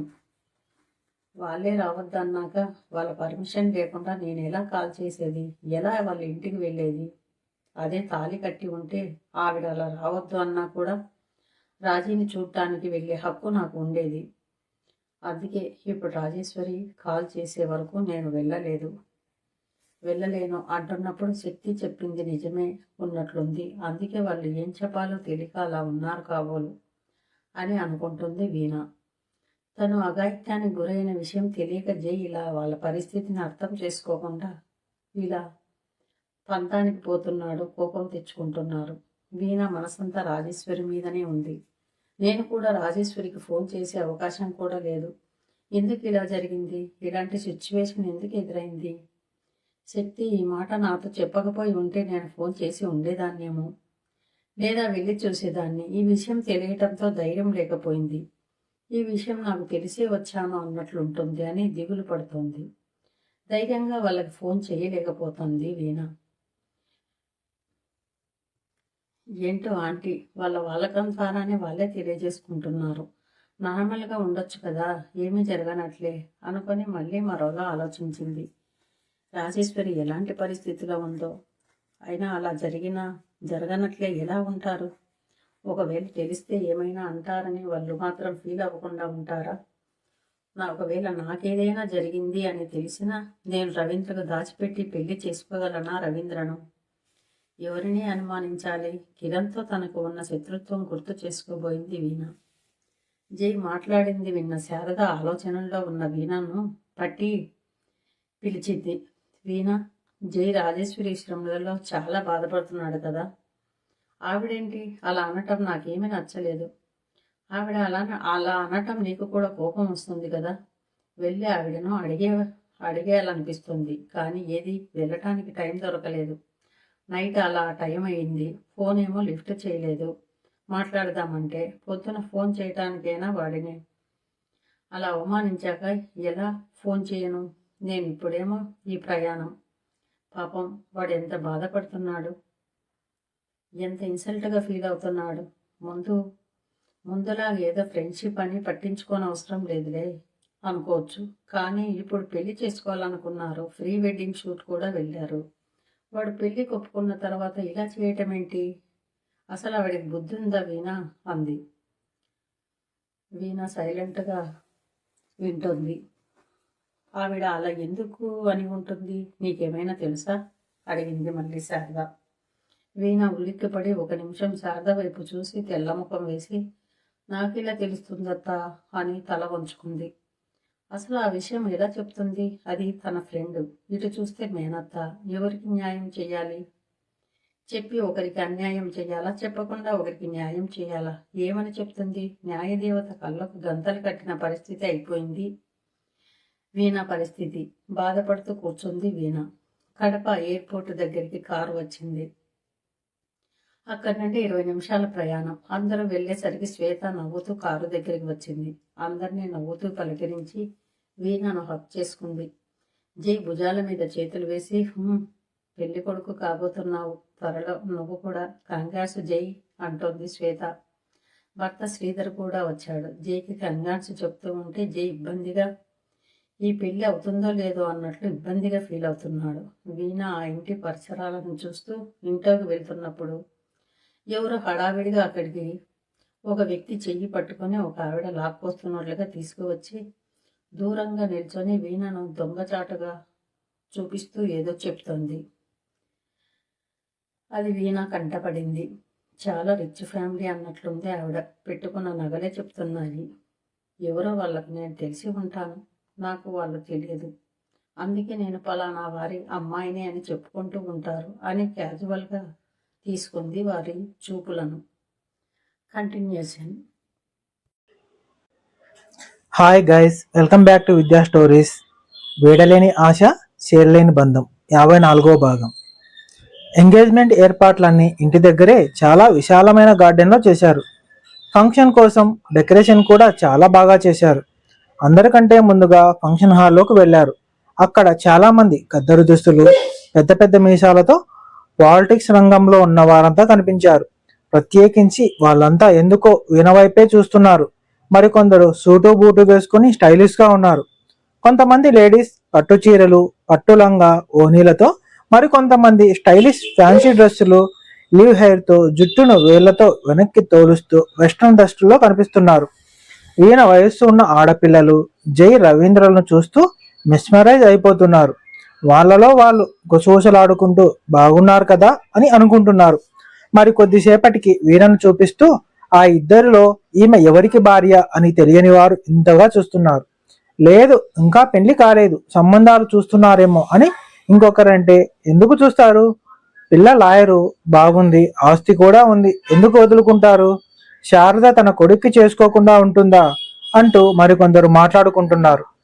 ఈ మాటలన్నీ శారద వాళ్ళు వింటున్నారో లేదో కానీ వాళ్ళు మాత్రం అందరినీ చిరునవ్వుతో పలకరిస్తూనే ఉన్నారు. వీణకు మాత్రం ఇవన్నీ స్పష్టంగా వినిపిస్తున్నాయి. అక్కడ ఒక ఆవిడ వీణకు ప్రత్యేకంగా కనిపించింది. ఆమె ఒంటి మీద ఇంట్లో ఉన్న నగలన్నీ తొడిగేసినట్లుగా ఉంది. ఆవిడ వెనుక ఇంకెవరో నిల్చొని ఉన్నారు. అతని భుజాలు, ముఖం మాత్రమే వీణకు కనిపిస్తాయి. అతను ఒక స్టాచ్యూ లాగా నిల్చొని పెదాలు మాత్రమే కదిలిస్తూ ఆవిడను ఏదో చెప్తున్నాడు. తెలిసిన వారంతా కొద్దిమంది మాత్రమే వీణను పలకరిస్తున్నారు. వీణకు పెద్దగా ఎవరూ గుర్తుకోలేకపోయినా తెలియకపోయినా బాగున్నానండి, మీరు బాగున్నారా అని ఫార్మాలిటీ కోసం వీణను పలకరిస్తోంది. ముందే శారద వీణకు చెప్పింది, అక్కడ ఎవరైనా పలకరిస్తే బాగున్నాను అని చెప్పు, అంతే తప్ప మీరెవరో నాకు తెలియదు అని మాత్రం అడగద్దు. వాళ్ళు ఏమీ తెలియనట్లు ఊరికే తల ఊపకుండా మీరు కూడా బాగున్నారా అని పలకరించు అని చెప్పింది. అందుకే వీణ అలా పరామర్శిస్తోంది. వీణ సౌమ్యంగా మృదువుగా మాట్లాడటం, ఆమె పలకరింపు తీరు చూసి అందరూ ముచ్చటపడి శారద నిజంగా అదృష్టవంతురాలు అనుకుంటూ చూస్తున్నారు. శ్వేత అత్తగారు, మామగారు, మరిదిగారు వీళ్ళంతా వచ్చారని తెలిసి అక్కడికి వచ్చి అందరినీ పలకరించారు. ఏమ్మా వీణ, ప్రాక్టీస్ ఎలా ఉంది, కేసులు బాగా వాదిస్తున్నావట కదా, ఇప్పుడు lawyer Veena Reddy, famous public prosecutor అనిపించుకోవాలి, మేమంతా నీ దగ్గరికే రావాలి అంటూ శ్వేత మామగారు నవ్వుతూ వీణ భుజం తట్టి అభినందించారు. ముందు బ్రేక్ఫాస్ట్ చేయడానికి వెళ్దాం రండి, మీకోసమే వెయిట్ చేస్తున్నాం అంది శ్వేత అత్తగారు. శ్వేత మరిది కూడా రండి అంటూ వీణను పలకరించాడు. అక్కడ శ్వేత తన భర్త శ్రీధర్ పాపకు టిఫిన్ తినిపిస్తూ వారిద్దరూ ఆల్రెడీ తినేశారని, అందుకే ఇంట్లో ఉన్నారని చెప్పారు. టిఫిన్ చేశాక ఇంట్లోకి వెళ్దురు గాని రండి అంటూ టిఫిన్ దగ్గరికి తీసుకెళ్లారు. అందరూ టిఫిన్ చేశాక శారద వీణ చేతికి ఒక బ్యాగ్ ఇచ్చి, వీణ త్వరగా ఈ పట్టుచీర కట్టుకుని రాపో అని చెప్పింది. వీణ ఆ బ్యాగ్ తీసుకుని ఫంక్షన్ హాల్లో నుండి ఇంట్లోకి వెళ్తుండగా వెనక్కి తిరిగి చూసింది. వీణనే వెనక్కి చూస్తున్న ఆ ఆవిడ శ్వేత అత్తగారు, శారద ముగ్గురు నవ్వుకుంటూ మాట్లాడుతుంటే వీణ వైపే చూస్తున్నారు. శారద కూడా తిరిగి వీణ వైపు చూసి ఏదో చెబుతోంది. బహుశా మా అమ్మా నాన్నకు తెలుసు కాబోలు, అందుకే నేను ఎవరో చెప్తున్నారు అనుకుంది వీణ. వీణ పట్టుచీర తీసుకుని తనకు పరిచయమైన ఒక గదిలోకి వెళ్ళింది. ఆ గదిలో శ్వేత కూతురు 3 ఏళ్ల పాప స్నానం చేసి కొత్త డ్రెస్ వేసుకొని నుదుటిన కుంకుమ కొద్దిగా చెదిరి నోట్లో వేలు వేసుకొని క్యూట్గా నిద్రపోతోంది. పాపను చూసి, హే యశ్విత, హౌ ఆర్ యూ అంటూ పాప బుగ్గగిల్లి, ఏంట్రా ఇంకా నిద్రపోతున్నావు, మీ బాబాయ్ ఎంగేజ్మెంట్, మీ కొత్త పిన్ని వస్తోంది, లెగు నిద్ర అంటూ పాపను ముద్దు పెట్టుకుని లేపుతోంది. శ్వేత అప్పుడే లోపలికి వస్తూ, అమ్మ బాబోయ్, దాన్ని అప్పుడే నిద్ర లేపకే, రాత్రి మనతో పాటు 4 గంటకే నిద్ర లేచింది, ఏదో పని చేద్దామని పొద్దున మళ్ళీ టిఫిన్ చేయించి దాన్ని 8 గంటలకు కష్టపడి నిద్రపుచ్చాను, నిద్ర తీరకపోతే ఏడుస్తుంది, ఇప్పుడు లేపావంటే దాన్ని ఎత్తుకొని తిరగాల్సిందే, ఫంక్షన్ స్టార్ట్ అయినప్పుడు నిద్ర లేపుదాం, ముందు నువ్వు మొహం కడుక్కో అని ఫేస్ క్రీమ్ ఇచ్చింది. వీణ తలకు నీళ్లు పడకుండా, బేబీ హెయిర్ తడవకుండా బ్యాండేజ్ తలకు పెట్టింది. ముఖం కడుక్కొని వచ్చాక వీణకు మేకప్ బాక్స్ ఇచ్చింది శ్వేత. తర్వాత చీర కట్టడంలో వీణకు శ్వేత హెల్ప్ చేసింది. లైట్ వెయిట్ గ్రీన్ కలర్ పట్టు చీర, దానికి లైట్ పింక్ బార్డర్, అక్కడక్కడ బుట్టాలు ఉన్న ఆ పట్టు చీర కుచ్చుళ్లను పట్టుకోమని వీణకు చెప్పి కుచ్చుళ్లకు ఐరన్ పెట్టి బయట పిన్ను పెట్టింది శ్వేత. తరువాత ఒత్తుగా నడుము వరకు ఉన్న వీణ జడను విప్పబోతుంటే, ఎందుకులే శ్వేత జడ విప్పడం, బాగానే ఉంది కదా, అత్తయ్య వచ్చేటప్పుడు జడ వేసింది అంది వీణ. ఆ శారీకి ఆ హెయిర్ స్టైల్ బాగుందేమో, కానీ ఈ పట్టు చీరకు ఇంకో హెయిర్ స్టైల్ ఉండాలి, అప్పుడే బాగుంటుంది అంటూ వీణ జుట్టును విప్పేసి మరొక హెయిర్ స్టైల్తో రెడీ చేసింది శ్వేత. ఇప్పుడు ముద్దొస్తున్నావు చూడు అంటూ అద్దంలో చూపించింది. చీరను బట్టి కూడా హెయిర్ స్టైల్ మార్చాలి తెలుసా అని చెప్పింది శ్వేత. అంత అవసరం ఏముంటట, ఇప్పుడు పెళ్లి కుదిరి చెయ్యాలి గాని ఇవన్నీ ఎవరు చూడాలట, వెళ్ళి మీ తోడుకోడలకు చెయ్యి పో అంది వీణ. మా తోడుకోడలకు 2 అక్క చెల్లెలు ఉన్నారు, హీరోయిన్లకు మేకప్ చేసే వాళ్ళని తీసుకొచ్చారులే అంది శ్వేత. అబ్బో అంది వీణ. మామయ్య అత్తయ్య ఉంటే ఎంత పొంగిపోయేవారో, మామయ్యకి వస్తాడన్న ఆశ నిరాశ అవుతోంది. మామయ్య వెళ్ళి 3 సంవత్సరాలు అవుతోంది, ఎక్కడున్నాడో ఏంటో. మొదటి మేనకోడలిని అని నన్ను మామయ్య చాలా ముద్దు చేసేవాడు. అమ్మ కోపంలో ఒక్క దెబ్బ వేసినా మామయ్య దగ్గరికి తీసుకునేవాడు. ఇంకోసారి కొడితే ఇక మీ ఇంటికి పంపను, మా ఇంట్లోనే ఉంచేసుకుంటాను నా కోడలిని అనేవాడు. తండ్రి గుర్తుకొచ్చేసరికి వీణ కళ్ళల్లో కన్నీళ్లు తిరిగాయి. ఉదయం అత్తయ్య కూడా అందుకే కన్నీళ్లు పెట్టుకొని ఉంటుంది. శ్వేత పైకి చెప్పింది కానీ అత్తయ్య చెప్పలేదు. బయలుదేరే టైంలో ఎందుకు గుర్తు చేయడం అని అనుకుంది కాబోలు. తనలోనే బాధపడింది అనుకుంది వీణ. వీణ కన్నీళ్లు చూసి, నేను స్టూపిడ్ని కదా అంది శ్వేత. వీణ శ్వేత వైపు చూసింది. మరి ఇంత మేకప్ నేనే చేసి మళ్ళీ నీ కళ్ళల్లో నీళ్లు తెప్పించి మేకప్ అంతా చెడగొట్టించాను అంది శ్వేత. వీణ తల వంచుకుంది. అనవసరంగా నీకు గట్టు చేసి కన్నీళ్లు తెప్పించాను అని తన తల మీద వేళ్లతో కొట్టుకుంటూ, మేకప్ అంతా చెడిపోతుంది చూడు అంటూ శ్వేత తన హ్యాండ్ కర్చీఫ్తో వీణ కన్నీళ్లు తుడిచింది. మళ్ళీ మేకప్ బాక్స్ ఓపెన్ చేసి ఫేస్ క్రీమ్ టచ్అప్ చేసి వీణకు దగ్గరుండి రెడీ చేసి భుజాలు పట్టుకుని పెళ్లి కూచూపులకు తీసుకెళ్తున్నట్లుగా భుజాలు పట్టుకుని తీసుకుని వెళ్ళింది. డోర్ తీస్తూనే ఎదురుగా చాలా మంది వీణను పెళ్లి చూపులు చూడటానికి వచ్చారు. కానీ అది వీణకు తెలియదు. గదిలో నుండి బయటకు వస్తూనే జై, రవీంద్ర మాత్రమే ఆ కళ్ళ కనిపించారు. వీణ రవీంద్రల చూపులు కలిశాయి. రవీంద్ర చూపులు వీణ మీద తొలగించలేకపోయాడు. రవీంద్ర వీణను చూసి కళ్ళు పెద్దవి చేసి పక్కనున్న జై ఉన్న వైపు చూడకుండా ఏదో ముక్కు గోక్కున్నట్లు వేలితో గోక్కుంటూ నోటికి చెయ్యి అడ్డం పెట్టుకుని సన్నగా పెదాల కదిలికలతో అదుర్స్ అన్నట్లుగా పెదాలు కదిలించాడు. వీణ రవీంద్ర వైపు మాత్రమే చూడటంతో జైకి అనుమానం వచ్చింది. తన పక్కన ఉన్న రవి వైపు ఒక్కసారి కోపంగా చూసి రవిని బరబరా లాక్కుని దూరంగా తీసుకెళ్లి చిన్నగా ఏదో వార్నింగ్ ఇస్తున్నాడు. అవేవి ఎవరికీ వినిపించలేదు. కారులో రవి చేసిన చిలిపి పనులు చూసి చూడనట్లు ఉండి ఇప్పుడు వార్నింగ్ ఇస్తున్నాడా అని రవి కారులో చేసిన చిలిపి పనులు గుర్తుకు చేసుకుంటూ కూర్చుంది వీణ. ఇటు పెళ్లి చూపులు జరుగుతున్నాయి, కానీ వీణ మాత్రం కారులో జరిగిన చిలిపి పనులను గుర్తు చేసుకుంటుంది. ఫ్లాష్ బ్యాక్ లో కడప ఎయిర్పోర్ట్ లో ఫ్లైట్ దిగాక శ్వేత పంపిన కారులో డ్రైవర్ కారు వచ్చాడు. రవి, నువ్వు డ్రైవర్ పక్కన కూర్చో అని జై రవి వైపు తిరిగి చూసేలోపు రవీంద్ర బ్యాక్ సీట్ లో కూర్చున్నాడు. వీణ మాత్రం ఆఫీస్లో ఉన్న జూనియర్ లాయర్ తేజస్వి ఫోన్ చేయటంతో ఫోన్ మాట్లాడుతూ తన కారులో కూర్చుంది. శారద కారులో కూర్చోబోతున్నప్పుడు ఎవరో తెలిసిన వారు పలకరించటంతో శారద బ్యాక్ డోర్ అలాగే ఓపెన్ చేసి మాట్లాడుతుండటంతో వీణ ఫోన్లో మాట్లాడుతూ రవి పక్కన కూర్చుంది. వెనక నుండి వీణ నడుము చుట్టూ చేయి వేసి నడుముకు జాకెట్కు మధ్యన రవి గిల్లాడు. వీణ ఎగిరిపడి అప్పుడు గమనించింది. పక్కన రవిని చూసి వెంటనే ముందు సీట్లో ఉన్న జైని చూసింది. జై చూపులో తామిద్దరిని అలా చూడటం చూసి ఎందుకొచ్చిన తంట అనుకున్న వీణ జైని తిట్టుకుంటూ అతని కళ్ళు పీకేయాలి, ఏంటా చూపులు అనుకుంటూ, అత్తయ్య ఇక్కడ కూర్చుంటుంది, నేను అటువైపు కూర్చుంటాను అని లేవబోయింది. వీణను లేవనీయకుండా చెవి దగ్గర చెప్పాడు. లేచి వెళ్ళావంటే నా మీద ఒట్టు. రవి కూడా ఫోన్ మాట్లాడుతున్నట్లు బిల్డప్ ఇస్తూ వీణ వైపు చూడకుండా చెప్పాడు. వీణ అటువైపు తేజస్వికి ఏమీ చెప్పకుండానే కాల్ కట్ చేసింది. కానీ చెవి దగ్గర ఇయర్ ఫోన్స్ మాత్రం అలాగే పెట్టుకొని రవి వైపు కంటే ముందు జై వైపు భయంగా చూసింది. వీళ్ళిద్దరి వైపు అనుమానంగా చూస్తున్న జైని డ్రైవర్ ఏదో అడగటంతో ఆ అని మరోసారి ఏమడిగావు అని తెలుసుకొని అతనికి సరైన జవాబు చెప్తున్నాడు. అమ్మయ్య అనుకొని రవి వైపు చూసి చెయ్యి తీ మెల్లిగా అన్నట్లు కళ్ళతో చూసింది. తీయను అన్నట్లు చిలుపుగా మొండిగా వీణ కళ్ళలోకి చూసి జవాబిచ్చాడు రవి. వీణ మునివేళ్లతో తల కొట్టుకుంటూ, నువ్వు చాలా ముదిరిపోతున్నావు ఈ మధ్య, చాలా ధైర్యంగా ఉంటున్నావు, ఏంటి మీ అన్నయ్య అంటే భయం లేదా అని ఏదో సర్దుకుంటున్నట్లుగా రవి వైపు వంగి అతని చెవిలో దగ్గరగా చెప్పింది. భయం లేదు అన్నట్లు చెప్పాడు రవి. ఎదుటి వాళ్లకు ఏదో ప్లాన్లో మాట్లాడుతున్నట్లే ఉంది వారిద్దరి సీన్ చూస్తే. ఈ చీరలో ఎప్పుడెప్పుడు ఏకాంతం దొరికితే ఒక హగ్ ఇవ్వాలని వెయిట్ చేస్తున్నాను నీనా. నీకు చీర కట్టుకుంటే ఎంత అందంగా ఉంటావో అన్నాడు రవి. ఈ గుసగుసలు జై చెవిన పడ్డాయేమో. వెనక్కి తిరిగాడు. ఇద్దరి వైపు అనుమానంగా చూస్తూ కింద నుండి పైదాకా ఇద్దరిని అబ్జర్వ్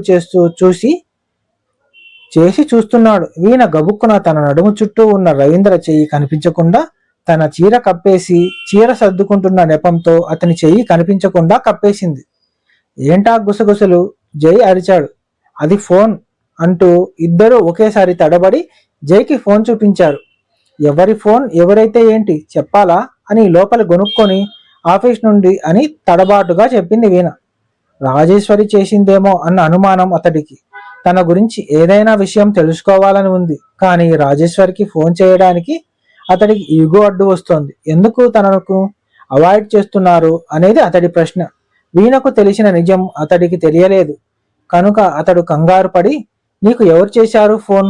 మళ్ళీ రవీంద్రను అడిగాడు జై. ఆఫీస్ నుండి. వారిద్దరి సమాధానం అతనికి తృప్తిపరచలేదు కాబోలు. విసుగ్గా మొహం తిప్పుకున్నాడు. రాజేశ్వరి ఎలా ఉందో కాల్ చేశావా ఏమైనా? రవీంద్రను అడిగాడు జై. చేశాను అన్నయ్య, ఎవరూ ఫోన్ లిఫ్ట్ చేయలేదు. జై మనసు తెలుసుకున్న రవి అబద్ధం చెప్పాడు. నిజానికి కాల్ చేయలేదు. అతనికి అప్పుడే రాజేశ్వరి యాక్సిడెంట్ గుర్తుకొచ్చి, అవును ఎలా ఉందో తనే ఫోన్ చేయొచ్చు కదా అన్నయ్యకి, ఏంటి ఇలా చేస్తోంది అనుకున్నాడు రవి. జై దవడ కండరం బిగించి బుద్ధి లేదు ఇద్దరికి అనటంతో తామిద్దరిని ఇండైరెక్ట్ గా అనలేక అలా అంటున్నాడా, లేక రాజేశ్వరిని వాళ్ళ అమ్మని కలిపి అంటున్నాడా అని ఈ ఇద్దరికి అర్థం కాక తల గూక్కుంటూ ఇద్దరు మొహాలు చూసుకున్నారు. నాటకానికి తెరదించడానికి మేము జర్నీలో ఉన్నాము, మళ్ళీ కాల్ చేస్తాము అన్నట్లు ఈ ఇద్దరు ఒకేసారి ఇయర్ ఫోన్స్ చెవి నుండి పక్కకు తీసేశారు. శారద కూడా మాట్లాడుతున్న ఆవిడతో, వస్తాను అఖిల, మళ్ళీ కలుద్దాం, మనం త్వరలో జై పెళ్లి పెట్టుకోబోతున్నాం, తప్పకుండా రావాలి, కార్డ్ పంపిస్తాను. ఇంకెవరో కృష్ణవేణి కూతురుతో ఇద్దరూ ప్రేమించుకుంటున్నారు అని చెప్తోంది. చెప్పేసి కారు దగ్గరికి రావటంతో శారద చూస్తుందని వీణ చెయ్యి తీయమన్నట్లు రవీంద్ర డొక్కలో మోచేతితో చిన్నగా పొడవబోయి గట్టిగా పొడిచింది. దాంతో రవి ఎగిరిపడ్డట్లుగా కదిలి హా అని మూలిగాడు. జై ఇద్దరిని గమనించినట్లు ఉన్నాడా, లేక ఆ ఇద్దరిని తిట్టుకుంటున్నాడా? వీణకు జరుగుతున్న పెళ్లి చూపుల గురించి తెలిస్తే వీణ ఎలా రియాక్ట్ అవుతుంది తెలుసుకోవాలంటే వేచి చూద్దాం నెక్స్ట్ ఎపిసోడ్లో. కథ సమాప్తం. Hi guys, welcome back to Vidya stories. వీడలేని ఆశ, షేర్ లేని బంధం 55వ భాగం. అనుమానాలు, ఆవేశాలు, ఎవరికీ తెలియని రహస్య అడుగులు. ఒకవైపు రవీంద్రతో తాళు కట్టించుకుని తీరాలనే పట్టుదలతో వీణ విసురుతున్న సవాల్, మరోవైపు ప్రతి అడుగును అబ్జర్వ్ చేస్తూ కాపలా కాస్తున్న జై. కానీ వీణ చేసిన ఆ ఒక్క పిచ్చి ప్లాన్ పెళ్లి చూపుల మండపంలో ఊహించని పెద్ద ట్విస్టుకు దారితీసింది. జై అనుకుని వీణ చేసిన ఆ పని వల్ల అందరి ముందు పెళ్లి కొడుకు తరపు వాళ్ళు ఏమనుకున్నారు? ఢిల్లీ నుంచి వచ్చిన ఆ పవర్ఫుల్ పెద్ద ఆయన ఇచ్చిన ఆశీర్వాదం వెనుక దాగున్న అసలు నిజమేంటి? నాయుడుపల్లె చేరుకునేలోపు వీణ అనుకున్నది సాధిస్తుందా, లేక జై పన్నిన వ్యూహంలో చిక్కుకుంటుందా? వ్యామోహం పొరపాట్ల నడుమ సాగే వీడలేని ఆశ, చేరలేని బంధం ఎపిసోడ్ 55కు స్వాగతం. శారద చూస్తుందని వీణ చెయ్యి తీయమన్నట్లు రవీంద్ర డొక్కలో మోచేత్తో చిన్నగా పొడవబోయి గట్టిగా పొడిచింది. దాంతో రవి ఎగిరిపడ్డట్టుగా కదిలి హం అని మూలిగాడు. జై కోపంగా, అనుమానంగా ఏంటి అని చూశాడు. అది అమ్మ కూర్చోవడానికి కాస్త జరగబోతుంటే పక్క ఎముక పట్టేసింది అని రవి చెప్పాడు. ఏంటి జై కోప్పడుతున్నాడు అని శారద వచ్చి కూర్చుంటూనే అడిగింది. విషయం చెప్పారు. నొప్పిగా ఉందా? మొన్న బైక్ మీద ఇంటి ముందరే స్కిడ్ అయ్యావుగా, అప్పటి నుంచి నొప్పిగా ఉందా? హాస్పిటల్కి వెళ్దామా అని అడిగింది శారద. పర్లేదు మమ్మీ, ఇంతకుముందు ఒకసారి ఇలాగే పట్టేసింది అని రవి నొప్పి భరిస్తూ అబద్ధం చెప్పాడు. ఫ్రంట్ సీట్లో కూర్చుంటావా? ఇక్కడైతే కాస్త వెనక్కి వాలి కూర్చున్నట్లు ఉంటుంది అని అడిగాడు జై. పర్లేదులే డ్రైవర్, నువ్వు కారు పోనివ్వు అని చెప్పాడు రవి. అతనికి ఏదో డౌట్ వచ్చినట్లుగా ఉంది. వీణ వాలకం, వీణ పెదాలు బిగపట్టి నవ్వడం గమనించాడని వీణకు అర్థమైంది. అది బయటకు కనపరచకుండా జై ప్రతిసారి శారదతో కావాలని ఏదో మాట్లాడుతూ వెనక్కి తిరిగి చూస్తున్నాడు. వీణ జైని తిట్టుకుంది. ఇతడికి వచ్చిన నష్టం ఏంటి? నా అత్త కొడుకుతో నేను ఎలాగైనా ఉంటాను అని వీణకు జై మీద విపరీతమైన కోపం వచ్చింది. అతడి చూపులు తమ ఇద్దరినీ గమనించడం చూస్తూ పండ్లు కొరుకుతూ అతని వీపు వైపు చూస్తూ, జై, నువ్వు ఏదో తమాషాకి రవితో నా పెళ్లి జరగదని చెప్తున్నావు, నన్ను ఆట పట్టించడానికి అని అనుకున్నాను. నీ వాలకం చూస్తుంటే నిజంగానే నువ్వు మా పెళ్లికి అడ్డుపడేలా ఉన్నావని అర్థమవుతోంది. ఈ విషయంలో నువ్వు నిజంగానే నాతో ఛాలెంజ్ చేసి ఉంటే మాత్రం ఆ ఛాలెంజ్లో నేనే విన్ అవుతాను. మేమిద్దరం తిరిగి హైదరాబాద్కి వచ్చేసరికి రవీంద్రతో తాళు కట్టించుకొని వచ్చేస్తాం. నువ్వు మాకు కాపలా ఈ ఫంక్షన్ వరకే కదా. కడప నుంచి హైదరాబాద్ వెళ్ళిపోవాలిగా నువ్వు. రేపు మార్నింగ్ 11 గంటలకి కోర్టులో నీకు హియరింగ్ ఉంది. నువ్వు తప్పక వెళ్తావు. అది ఫైనల్ జడ్జిమెంట్. నాయుడుపల్ల చిన్న నానమ్మ ఊరికి నువ్వు రాలేవు. అప్పుడేం చేస్తావు? నీ ఆత్మను ఇక్కడ కాపలా పెట్టి వెళ్తావా? నైట్ అంతా రవీంద్రతోనే టైం స్పెండ్ చేస్తాను అని తన పరిస్థితి మర్చిపోయి కసితో గొనుక్కుంది. దట్ ఈస్ వీణారెడ్డి అని చివర్లో తన పేరు వీణారెడ్డి అని కన్నింగా తల పైకెత్తి ఎవరి వైపు చూస్తూ నవ్వింది. ఆమె కళ్ళకు అక్కడ జై కనిపిస్తున్నాడు. కానీ ఆమె చూసింది పెళ్లి కొడుకుని ఆమెకు తెలియదు. ఇక్కడ ఒక పెద్ద ట్విస్ట్ జరిగింది. వీణకు తెలియకుండానే జై మీద ఉన్న కోపంతో చేసిన వింత ప్రవర్తన వల్ల అందరూ పొరపడ్డారు. అదేంటంటే ఆ పెళ్లి చూపుల్లో కూర్చున్న పెద్ద ఆయన తల ఎత్తి అబ్బాయి వైపు నువ్వు కూడా చూడమ్మా అన్నప్పుడు అనుకోకుండానే తన ఆలోచన ధోరణిలో వీణ తల పైకి ఎత్తి పెళ్లి కొడుకు స్థానంలో జై కూర్చున్నాడు అన్న ఊహతో చూసింది. చూడు జై, ఛాలెంజ్లో నేను నెగ్గుతాను. దట్ ఈస్ వీణారెడ్డి అంది. దానికి ఒక్క క్షణం ముందు అబ్బాయి వైపు చూసి, నీకు నచ్చితే నీ జడ ముందుకు వేసుకుని నీ పేరు చెప్పమ్మా అని అడిగారు పెళ్లి కొడుకు తాతయ్య.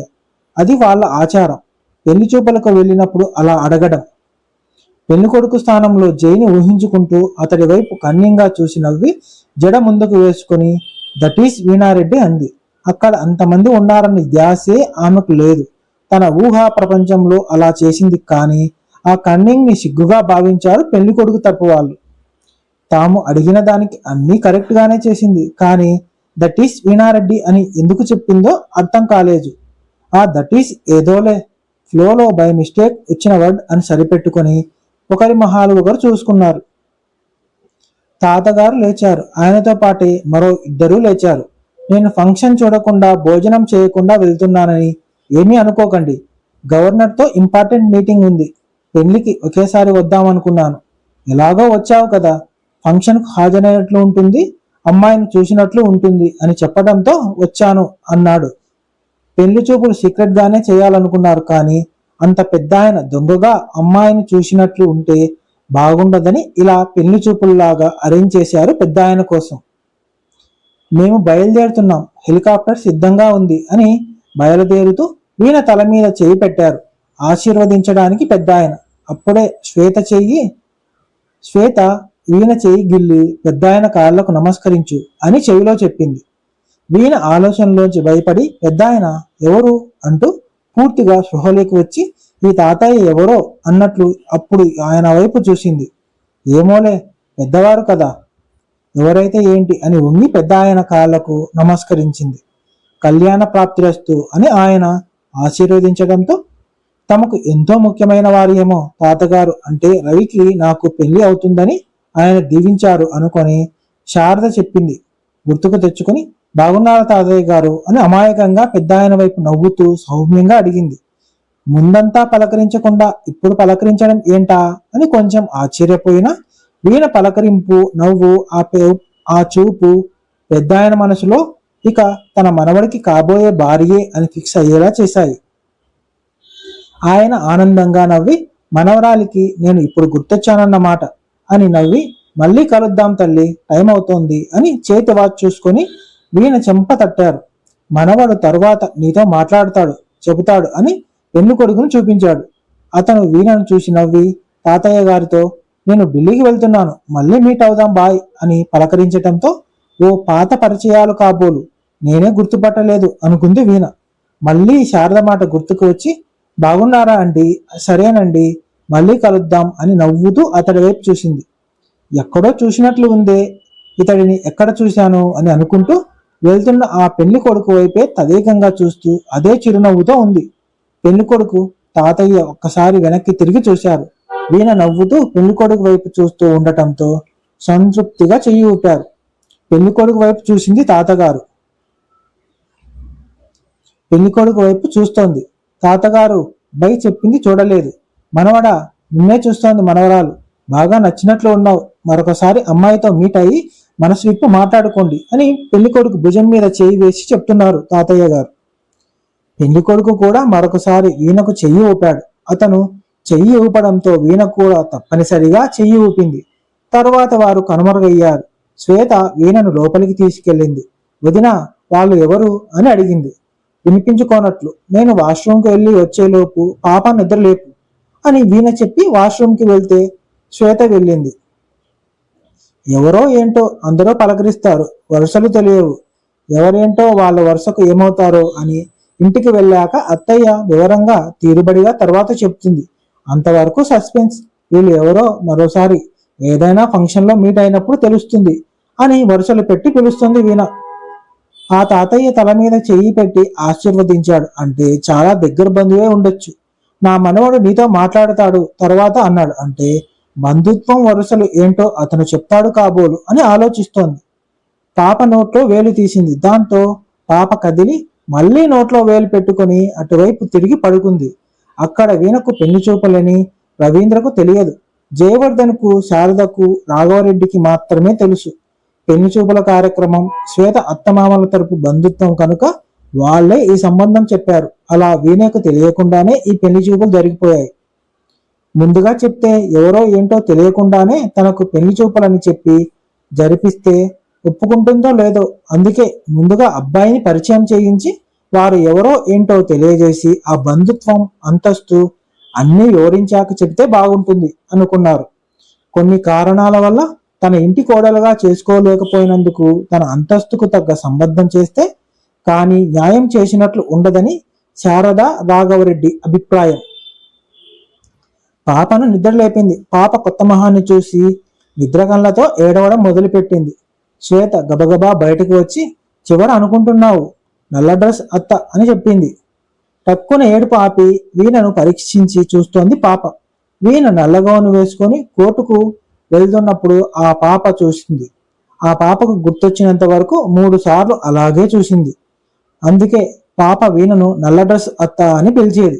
పాప ఇంకా నిద్రమత్తులో ఉండటంతో ఏడుపు ఆపలేదు.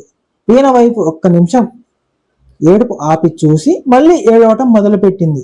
తనకు పాల సీసా చేతికి ఇస్తూనే దాన్ని నోట్లో పట్టుకుని సైలెంట్ అయిపోయి వీణను పెద్ద పెద్ద కళ్ళతో చూస్తూ తాగుతోంది.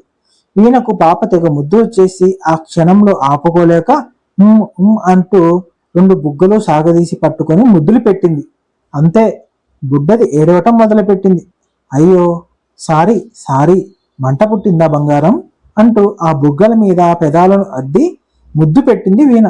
వీణ లిప్టిక్ అంతా పాప బుగ్గలకు అంటుకుంది. దేవుడా, నువ్వు ఉన్నావే అంటూ శ్వేత ముందు తన బుగ్గ పట్టుకుని సాగదీసి తర్వాత పాప బుగ్గలు తుడిచేస్తూ పాపను సముదాయించింది. మళ్ళీ వీణకు లిప్టిక్ ఇచ్చింది వేసుకోమని. తర్వాత పాపను రెడీ చేసి ఇద్దరు బయటకు వచ్చారు. వీణ అసలు మేకప్ వేసుకునేది ఏమీ తెచ్చుకోలేదు. వీణకు మేకప్ వేసుకోవడమే ఇష్టం ఉండదు, న్యాచురల్గా ఉండటం ఇష్టం. శారద నగలు పెట్టుకున్న ఆవిడ, శ్వేత అత్తగారు ముగ్గురు పట్టు చీరల కొంగు పట్టుకొని ఆ పెద్ద ఆయనను కారు వరకు సాగనంపి నింపాదిగా మాట్లాడుకుంటూ నడుస్తూ మండపం వైపుగా వస్తున్నారు. అది చూసిన వీణ, ఆయన చాలా ముఖ్యమైన వ్యక్తిలా ఉన్నారే, అంత ఇంపార్టెన్స్ ఇస్తున్నారు. ఆ పెద్ద ఆయన అమ్మ బంధువా, నాన్న తరపు బంధువా అని అడిగింది శ్వేతను. నాయుడుపల్లె నుండి హైదరాబాద్కు వచ్చేసరికి రవీంద్రతో తాళి కట్టించుకుంటాను అని మనసులో జై మీద ఛాలెంజ్ చేసుకున్న వీణ రవీంద్రతో తాళి కట్టించుకొని హైదరాబాద్కు వస్తుందా? ఆ పెళ్లి చూపుల విషయం వీణకు తెలుస్తుందా? నాయుడుపల్లిలో ఏం జరుగుతుంది ఈ టెక్స్ట్లో తెలుసుకుందాం.